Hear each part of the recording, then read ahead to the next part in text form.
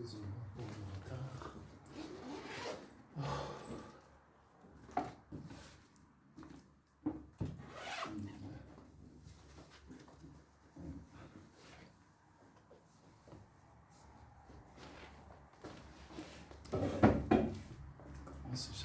أعوذ بالله من الشيطان الرجيم بسم الله الرحمن الرحيم الحمد لله رب العالمين الرحمن الرحيم مالك يوم الدين إياك نعبد وإياك نستعين اهدنا الصراط المستقيم صراط الذين أنعمت عليهم غير المغضوب عليهم ولا الضالين آمين اللهم صل على سيدنا محمد وعلى آل سيدنا محمد كما صليت على سيدنا إبراهيم وعلى آل سيدنا إبراهيم وبارك على سيدنا محمد وعلى آل سيدنا محمد كما باركت على سيدنا إبراهيم وعلى آل سيدنا إبراهيم في العالمين إنك حميد مجيد سبحان ربك رب العزة عما يصفون وسلام على المرسلين والحمد لله رب العالمين.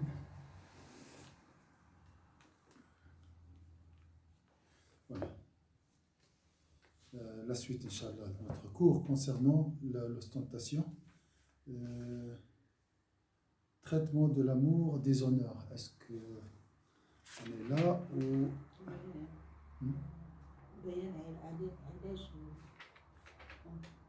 Aujourd'hui, on va faire ça. C'est ça? On a fini le... Ah oui. Oui. Oui.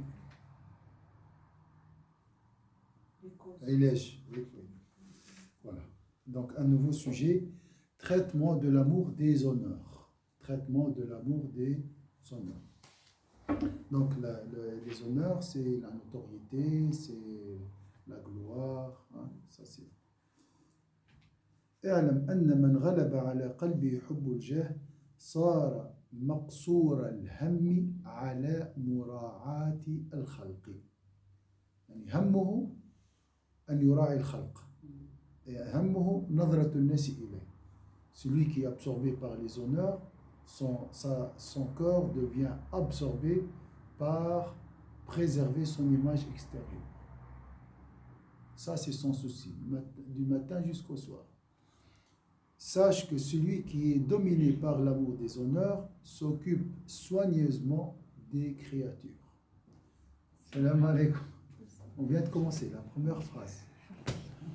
Sache que celui qui est dominé par l'amour des honneurs s'occupe soigneusement des créatures. Comme j'ai dit, son cœur devient rempli par le regard des gens. Qu'est-ce qu'ils vont dire de moi? Il a peur du jugement. Il a peur, d'accord? C'est ça son souci. D'accord? مشغوفا بالتودد إليهم يرضوا عليه برك. Voilà. Donc, il cherche avec engouement leur affection. Il cherche avec engouement leur satisfaction, leur affection. Il veut être aimé. De là, le manque de confiance et tout. Il suffit que quelqu'un lui fait un reproche et c'est fini. Hein? Toute la journée est gâchée. Mais c'est ça. Alors, s'il cherche l'affection d'Allah Azza wa Jal, si son cœur est occupé soigneusement de l'amour d'Allah Azza wa Jal, s'il cherche avec engouement l'affection d'Allah Azza wa Jal, d'accord, alhamdulillah, il est tranquille. وَالْمُرَاءَاتِ لِأَجْلِهِمْ. Mura'at, l'ostentation, لِأَجْلِهِمْ. Il cherche avec engouement leur affection et fait même preuve d'hypocrisie pour l'obtenir. Il fait tout pour obtenir l'affection, la satisfaction des gens, ce qui n'est pas possible. Un jour, 2 jours, 3 jours, après, les gens ne sont pas satisfaits d'Allah.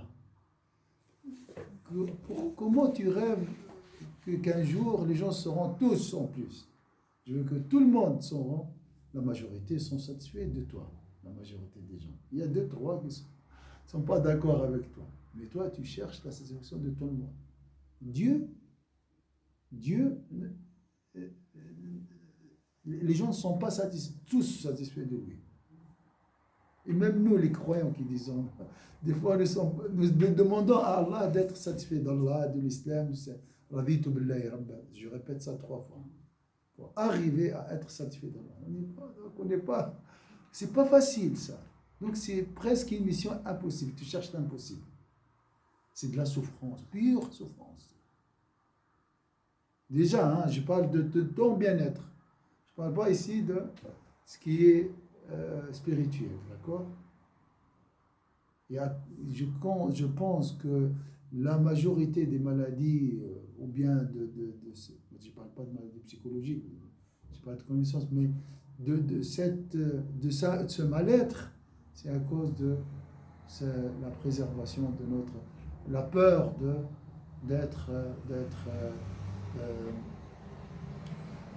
d'avoir que les gens ont une mauvaise opinion de moi.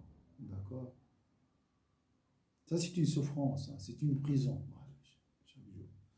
ولا يزال في أقواله وأفعاله ملتفتا إلى ما يعظم منزلته عندهم وذلك بذر النفاق وأصل الفساد.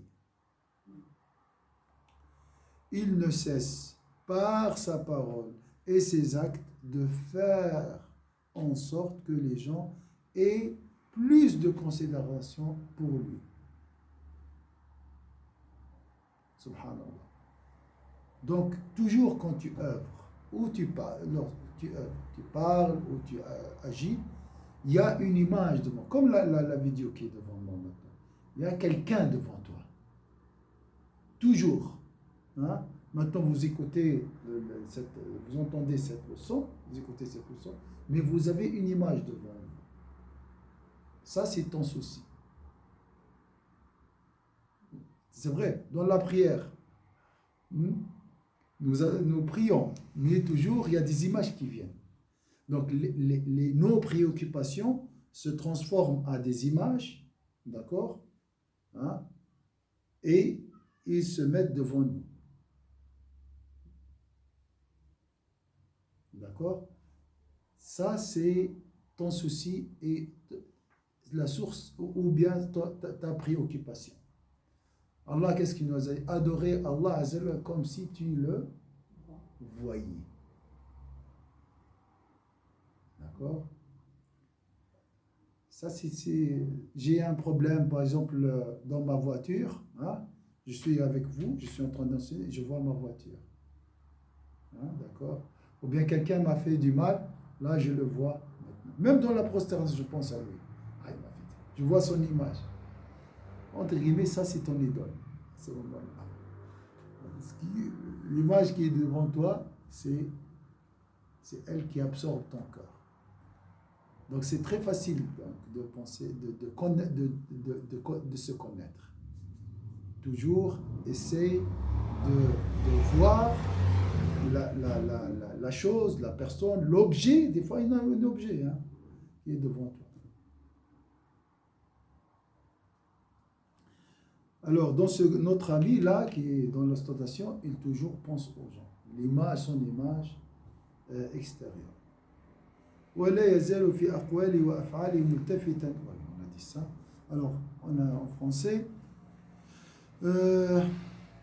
Ceci constitue le germe de l'hypocrisie et la source de la corruption du cœur.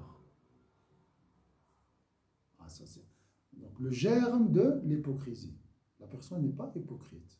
L'ostentateur n'est pas hypocrite. Mais c'est le début. Attention. Hein, le début de cette maladie qui est très grave, très complexe, l'hypocrisie. Lui-même n'a pas consacré un chapitre pour l'hypocrisie. Pourquoi? Parce que l'hypocrisie, c'est tout ça. Tout ce livre, ça. L'hypocrisie, c'est une maladie complexe où on trouve tout. Médisance, les 22 vices de la langue, hypocrisie, orgueil, vanité. C'est très compliqué. Mais quand même, on peut faire le repentir. Et Allah, salam alaikum. بس مدة ما مرينكش ولا حدا. Alors, ça fait donc cette maladie est complexe, très complexe. Il n'est pas facile, il est très, très, très difficile de la remédier. Mais quand même, la porte est toujours ouverte. Elle est restée ouverte devant la tête de l'hypocrisie, Abdullah ibn Ubay ibn Salul. Jusqu'à la fin, le prophète l'a roulé dans son drap.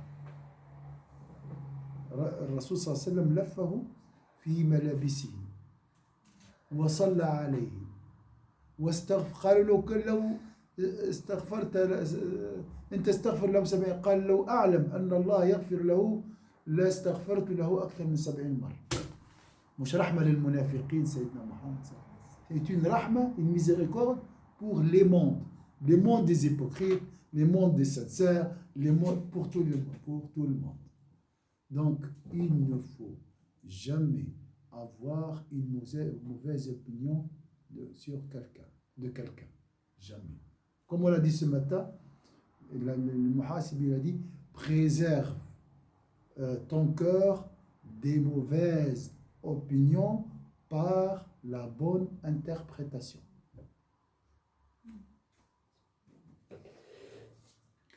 احمي قلبك من سوء الظن بحسن التأويل. C'est ton excuse. Il m'a insulté, il est énervé, il a des problèmes dans sa vie, il est malade, il a un problème psychologique, 1000 excuses. Et tu inventes. Il a dit, si tu as cherché 70 excuses sans résultat, tu fais quoi? Tu dis, c'est de ma faute. Tu vois la rahma de l'islam, ça c'est l'islam. Ça veut donner un autre exemple aussi. Oui. Elle est jalouse. Elle est jalouse, comme il a dit le prophète sallallahu alayhi wa sallam, lorsque notre mère Aïcha a jeté la nourriture. Vous connaissez l'histoire. Elle était dans une assemblée avec le compagnon et le Sayyida Aïcha est venu comme ça avec le couscous. Et il a entendu que le prophète parlait de Sayyida Khadija. C'est très bien la place de Sayyida Khadija dans le cœur. Et lorsqu'elle a entendu Sayyida, elle a jeté la nourriture par terre. C'est énervé. Le prophète sallallahu alayhi wa sallam a souri. Après, il a dit, votre mère est jalouse. Il a commencé à ramasser la nourriture. Il a cherché une excuse pour Sayyida. Ça se fait pas. Et aujourd'hui, c'est le divorce direct pour dire que je suis un homme. Hein, voilà, j'ai dit, je l'ai divorcé cash devant vous. Mais c'est Sayyidina Muhammad sallallahu alayhi wa sallam, c'est la rahma pour tout le monde. Sallallahu alayhi wa sallam. Alors, préserve ton cœur des mauvaises opinions par la bonne interprétation.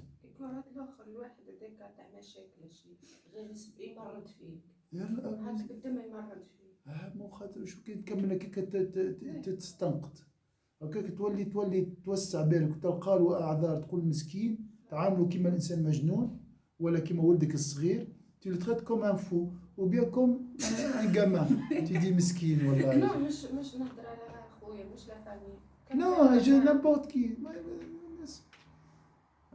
ici quand tu conduis qu'est-ce qu'il te dit le moniteur tu dois احمي قلبك من سوء الظن بحسن التأويل. Donc ici, le moniteur, qu'est-ce qu'il dit? Il faut considérer tous ces passagers comme des fous. À tout moment, il peut sauter devant toi. Je dois protéger moi-même. Tu dois te protéger et voilà, dire alhamdulillah et tu vites, et c'est tout. Mais subhanallah, c'est Oui. très important d'avoir des bonnes personnes à côté, en fait, Oui. des gens vifs d'esprit, je sais pas comment, intelligents. Oui, Que quand par exemple, moi je vais te dire, oh cher, ils m'ont fait ça. Mm. De bonne, ah oui, ils sont jaloux de toi, Oui, t'es la oui. meilleure. ça c'est Ils les sont pires. des- Hein. Oui. Et, tu vois, au moment, tu dis, ah oui. Mais après, tu dis, il m'a fait que du mal parce que tu commences. Voilà. Donc, quand tu parles à quelqu'un, il doit, lui, si vraiment il t'aime et il est Oui. rapide, il doit te dire, non, bah, il doit lui trouver des Oui, justifications. oui. Et t'aider à dire, et toi, pourquoi t'es là, ton cœur, ou le prophète sallallahu alayhi wa sallam, Moi, quand je disais à ma mère, oh, ils m'ont fait ça, elle me dit, t'es pas de la Oumma du prophète sallallahu alayhi wa sallam, c'est ça l'exemple. Voilà, ça c'est quelqu'un qui veut le bien pour toi. Mm. Mais je peux me sympathiser avec toi, tu dis oui, oui, oui, oui, oui, et je renforce le mal en toi. Ouais. Le problème, c'est cette vision négative, à voir le mal, comme on a dit, partout. Ça, ça détruit. Le cœur n'est pas comme ça.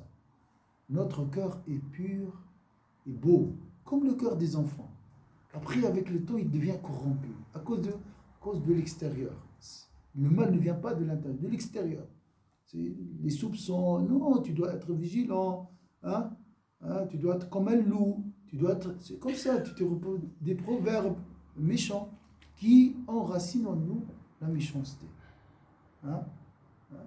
Pardon.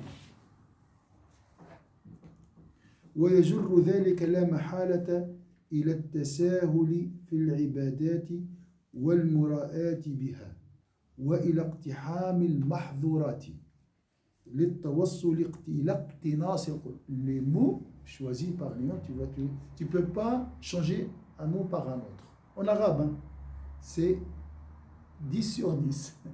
Je parle de la littérature des mots. Donc, ويجر ذلك لا محالة إلى التساهل في العبادات والمراءات بها. يولي يصلي من أجل الناس، ولما يختلي يرتكب المحرمات، المهم يرضوا عليه. للتوصل إلى اقتناص القلوب. إيش معنى اقتناص القلوب؟ القنص، ومنها قناص. إيش معناها؟ سنايبر. سنايبر. سارق مش سارق صيد. صيد القلوب. قلت لكم الكلمة اللي La chasse. chasser, pour chasser les cœurs, on va voir. Donc, qu'est-ce qu'il va faire notre ami là? Ceci constitue le germe de l'hypocrisie et la source de la corruption et entraîne inévitablement à la négligence des devoirs religieux. Je prie comme je veux, parce que c'est en cachette. Il n'y a personne qui me voit. Donc, je bâcle ma prière. Je suis tout seul, de toute façon, il n'y a personne qui me regarde. Et je fais le haram aussi, parce qu'il n'y a personne qui me contrôle. D'accord? Et à commettre les infractions dans le but de conquérir les cœurs. Ou je fais comme il faut la prière devant les gens pour conquérir, et plus ici en arabe, pour chasser les cœurs. Les capturer. D'accord? C'est comme des proies pour lui. L'image est très forte. وذلك شبه رسول الله صلى الله عليه وسلم حب الشرف والمال وإفسادهما للدين بذئبين ضاريين وقال إنه ينبت النفاق كما ينبت الماء البقل.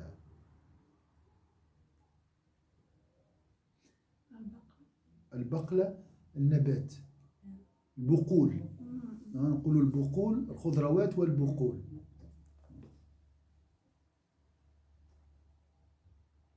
Alors, ceci constitue le germe de l'hypocrisie et la source de la corruption et entraîne inévitablement à la négligence des devoirs religieux et à les accomplir de manière ostentatoire et à commettre, donc fait la prière de manière ostentatoire pour capturer les cœurs, pour les chasser, pour les conquérir et à commettre des infractions dans le but, bien sûr en cachette, je fais ce que je veux, il n'y a personne qui me contrôle, et à commettre des infractions dans le but de conquérir les cœurs. C'est pour cette raison que le prophète sallallahu alayhi wa sallam a comparé les désirs de noblesse, les honneurs, les désirs de noblesse et d'argent à leur corruption de la religion à deux loups féroces. Donc, je répète, c'est pour cette raison que l'envoyé de Dieu sallallahu alayhi wa sallam a comparé les désirs de noblesse et l'argent, les deux. On a vu les deux. Hein. L'un est un moyen pour l'autre. Et l'autre est un moyen pour obtenir l'autre aussi. L'argent, c'est pour dire je suis riche.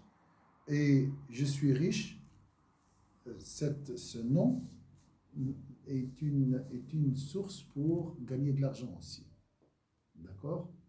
nous mettons nos biens dans les banques parce qu'elles sont riches. Ils ne vont pas me voler. Ils ont assez d'argent. Vous voyez? Donc, c'est aussi un titre. Hein, d'accord? Si tu veux t'investir, tu t'investis dans une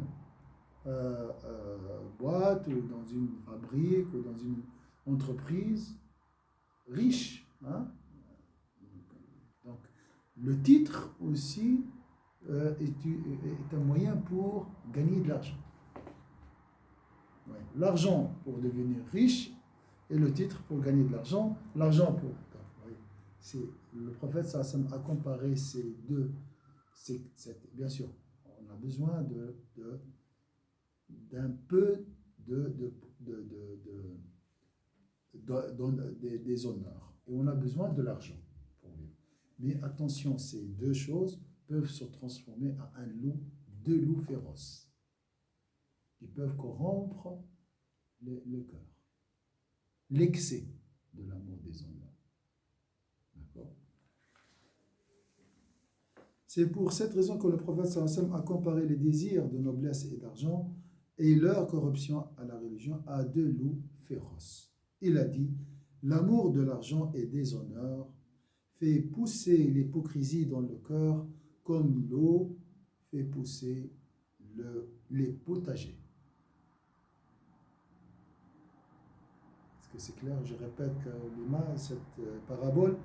L'amour de l'argent et des honneurs fait pousser l'hypocrisie dans le cœur comme l'eau fait pousser les potagers. Avant, il a dit le germe de l'hypocrisie. يعني بذر النفاق وأصل الفساد. Et les racines de la corruption. Est-ce que c'est clair ici? إذ النفاق هو مخالفة الظاهر للباطن بالفعل والقول. Bien, alors on va gentiment. C'est quoi l'hypocrisie? C'est pas dire ce qu'on pense. Exactement. Donc c'est une... Donc, c'est l'intérieur et l'extérieur, c'est pas la même chose. Exactement. C'est cette incohérence entre l'intérieur et l'extérieur. Nous sommes tous religieux, pratiquants, non pratiquants, tout le monde. Ils ont un décalage entre l'intérieur et l'extérieur. Les seuls qui sont dans la droiture sont les prophètes. Parfait. Il n'y a pas d'incohérence. D'accord? Et c'est pas facile. Le prophète sallallahu alayhi wa sallam, il a dit, si je résume, le verset qui m'a rendu blanc mes cheveux, c'est sois droit. واستقم كما أمرت استقم في الفعل كما أمرت نظريا. Comme on t'a ordonné. Sois droit comme on t'a ordonné. D'accord?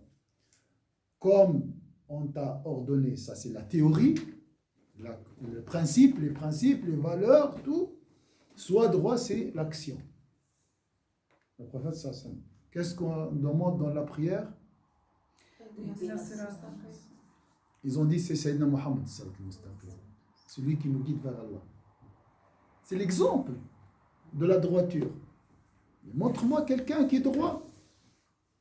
D'accord? Nous avons Sayyidina Muhammad. Alors il ne faut pas accuser les autres. Tout le monde, ils ont un degré de décalage. Mais ils ne sont pas hypocrites. Pourquoi? Parce qu'ils demandent dans leur prière, guide-nous dans le droit chemin. Ils veulent corriger la trajectoire. Hein? C'est comme ça. Quand tu conduis la voiture, tu fais toujours comme ça. Pour rester droit. Tu lâches pas. Hein? Tu lâches pas. Si tu lâches le volant, c'est fini. Donc cette action, c'est les 5 prières. Pour garder cet équilibre. Mais en fait, la maladie des honneurs, on l'a tous un peu dès l'enfance, non? Bien sûr. C'est avec les parents, par exemple, je pense. Oui, oui, oui. Dès l'enfance. Et avant, il n'y avait pas cette. À la naissance, nous sommes sains. Après, on va dire, on commence à dire à nos enfants, comme ça tu es le meilleur, et tu dois faire le mieux que les autres. Regarde comment tu es humilié, comment tu as été sale, tu dois être propre devant les autres. Et on commence. Bien sûr, c'est bien dans l'éducation, mais en même temps, on doit faire attention, pas trop. Tu lui dis, tu dois être propre parce que les anges détestent la saleté. Ouais, mais même nous, en tant qu'enfants, Non. on cherche les honneurs des parents alors qu'on ne sait même pas des fois. Mais si c'est les juste parents un- qui ont. Mais je ne suis pas satisfait de toi. Donc là, je ne cherche pas la satisfaction, je cherche la satisfaction de mes parents. Mais on ne dit pas à nos enfants, ma satisfaction est liée à la satisfaction d'Allah. Donc on oublie toujours ce lien avec la divinité, malheureusement, dans notre éducation. Prépare-toi, Essia, avec les enfants, il faut lier tout à Allah. C'est pas facile. Parce que nous avons ce réflexe, nous avons hérité une éducation aussi comme ça. Oui, nos parents, ils ont dans la tête cette idée. La satisfaction des parents fait partie de la satisfaction. Mais ils ne le disent pas. Il faut le dire. Et aussi, Cheikh, c'est important que les parents voilà, ils apprennent, et on apprenne que l'éducation, c'est par l'action, pas par les paroles. Par le comportement. Par le comportement, voilà. Parce que quand tu vois ton père, qu'est-ce qu'il dit devant toi, c'est ce qu'il dit aux gens, là, même si tu vas sortir de chemin, tu vas dire, mon père, il était sincère. Oui. Toujours, tu vas voir ça, même si tu ne le dis pas. Oui. Ou si mais nous sommes des fois incapables, nous ne sommes pas droits. Donc je fais quoi? Je demande à mon fils de faire la prière à l'heure. D'accord? Mais je ne le fais pas. Je demande à mon fils de ne pas s'énerver et je m'énerve. Alors je fais quoi? Ça nous arrive tous. Alors soit j'arrête d'éduquer, je dis rien, soit Être humble aussi. être humble, reconnaître sa faute. Moi, je me rappelle, mon père, il me dit, moi, je fais ça. Je sais que c'est une faute. Tu ne le fais pas. Mais j'arrive pas, moi, à me corriger. Et voilà, j'aime beaucoup. J'ai jamais oublié ça.